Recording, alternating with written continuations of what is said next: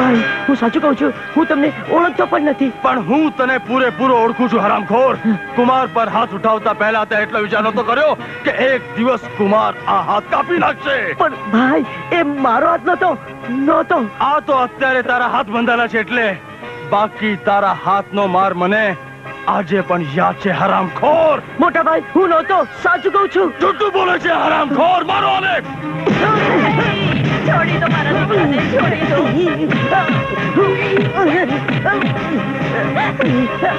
છોડી દો. Not bad. છોડી દો. આ હરામજાદાને ગમે તેટલો મારશો તોય નહીં માને. આજ હવે એની આંખોની સામે એની બેનની આબરૂ લૂંટાશે. ત્યારે એને ખબર પડશે કે પારકી છોકરીની આબરૂ તો બચાવી લીધી, પણ આજ આને કોણ બચાવશે?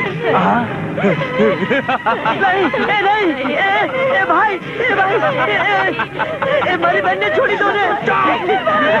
ભાઈ અમને કોને? ભગવાન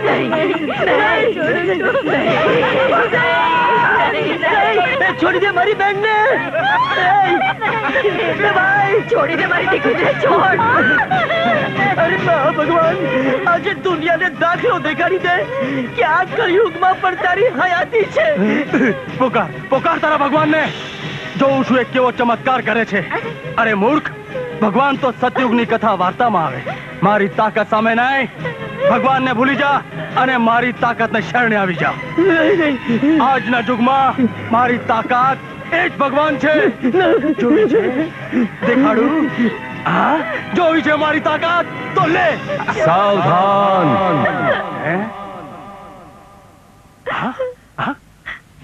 સાવધાન. ભગવાનને ભૂલી પોતાની તાકાતને ભગવાન માનનારા મૂર્ખ માનવી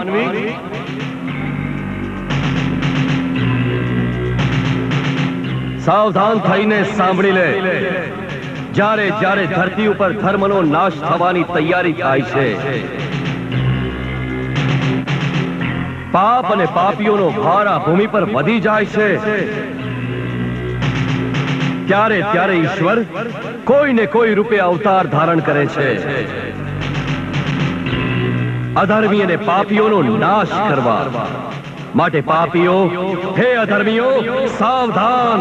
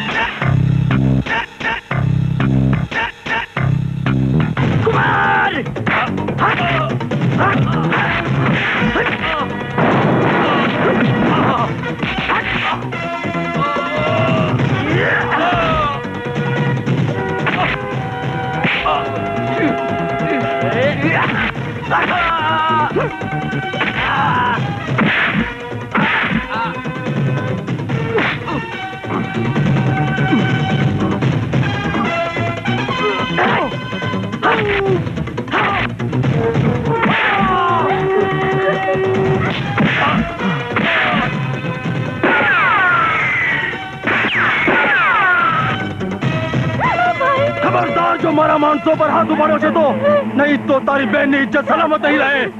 મેં એ દિવસે જ નક્કી કર્યું હતું કે આ વાતનો બદલો લઈશ. સાથીઓ, એ દિવસના મુક્કા અને લાતનો ગણી ગણીને હિસાબ લો.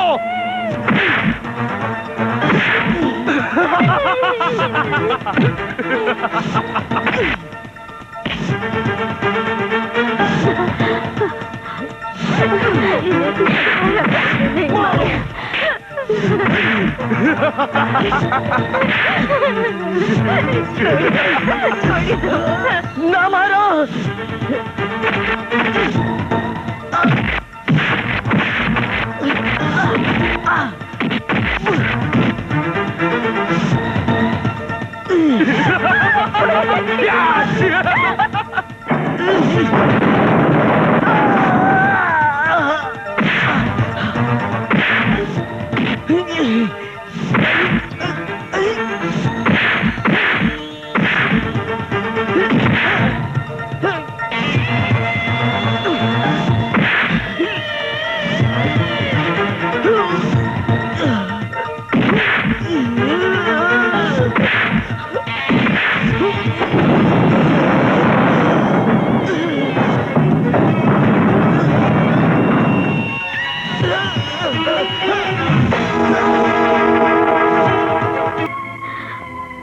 બાળકો હોવા છતાં આટલો વખત સાથે રહી અને સગા દીકરા જેવો થઈ ગયેલો આ શ્યામ. અને આ શ્યામ એક પારકો એક પોતાનો.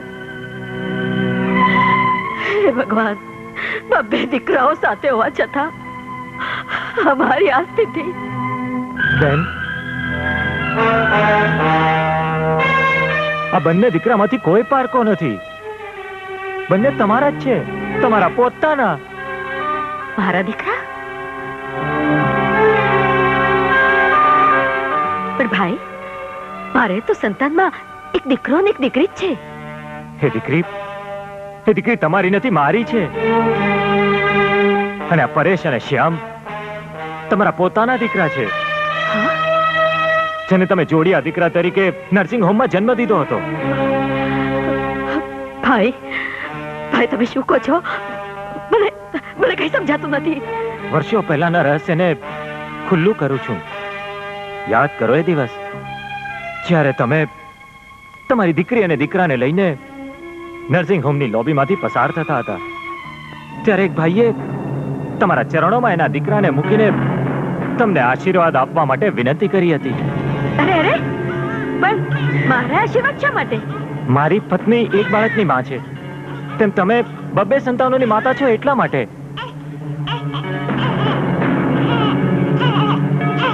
ભાઈ, તમારો દીકરો મોટો થઈ એના મા બાપની ખૂબ સેવા કરે, મારા આશીર્વાદ છે. હા, પણ આ વાત તમે કેવી રીતે જાણો છો? હું એટલા માટે જાણું છું કે તમારા ચરણોમાં દીકરો મૂકનાર હું જ હતો. મેં જ તમારા દીકરાની જગ્યાએ મારી પત્નીએ જન્મ આપેલ દીકરીને મૂકી અને તમારો દીકરો લેવડાવી લીધો હતો.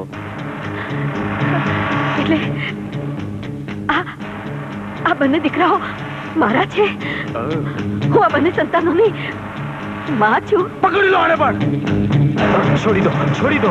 તમારા બંનેમાંથી જે હોય એની મને કોઈ પરવા નથી, પણ તમારા બેયની બેનની આ મહેફિલમાં હું ઉજાણી કરીશ. તમારી બેનનું આટલું સુંદર શરીર નથી જોઈ શકતા નહીં? ઓહો, અરે આવી બોડીને શું બોટા વગર છોડી દઉં? ના છોડું. કેમ છોડું? અને છતાં તમારે છોડાવવા હોય તો તમારી બેનને, માને અને તમારી પ્રેમિકાને છોડી દઈશ, પણ એક શરતે કે મારી કમલાનગર વાળી જમીન તમે બંને તમારા હાથે ખાલી કરીને મને સોંપી દો. નહીં તો જુઓ મારી ઉજાણી.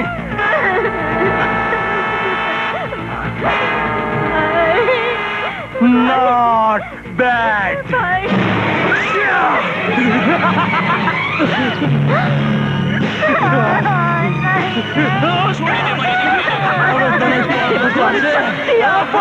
જય બજરંગબલી.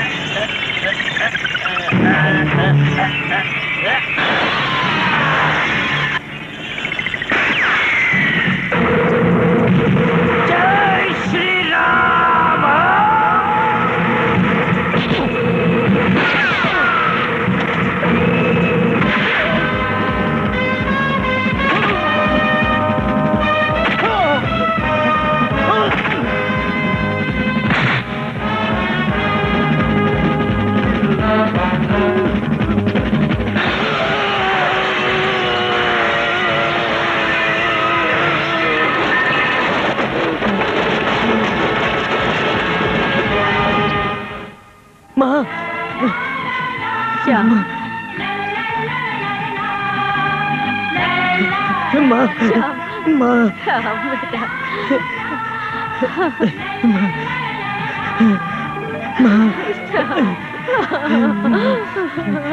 મારા દીકરા મારા લાલ આજે તે એક માં ને બેનની આ રીતે લાજ બચાવી છે મારા દીકરા તું તો મારો ગર્વો દીકરો છે મારો ગર્વો દીકરો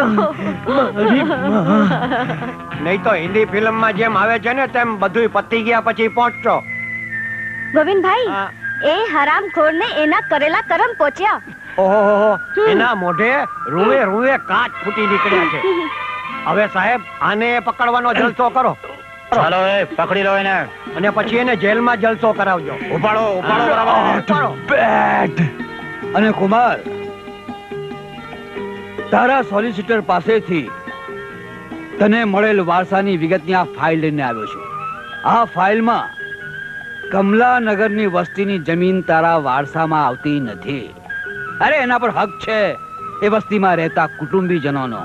હવે ક્યારે ત્યાં આવતો નહીં, સમજ્યો? અને આવશે તો હનુમાનજીની 7-8 અડબો તો ખાવાનો જલસો કરશે. જય બજરંગ બલી. અરે હો રે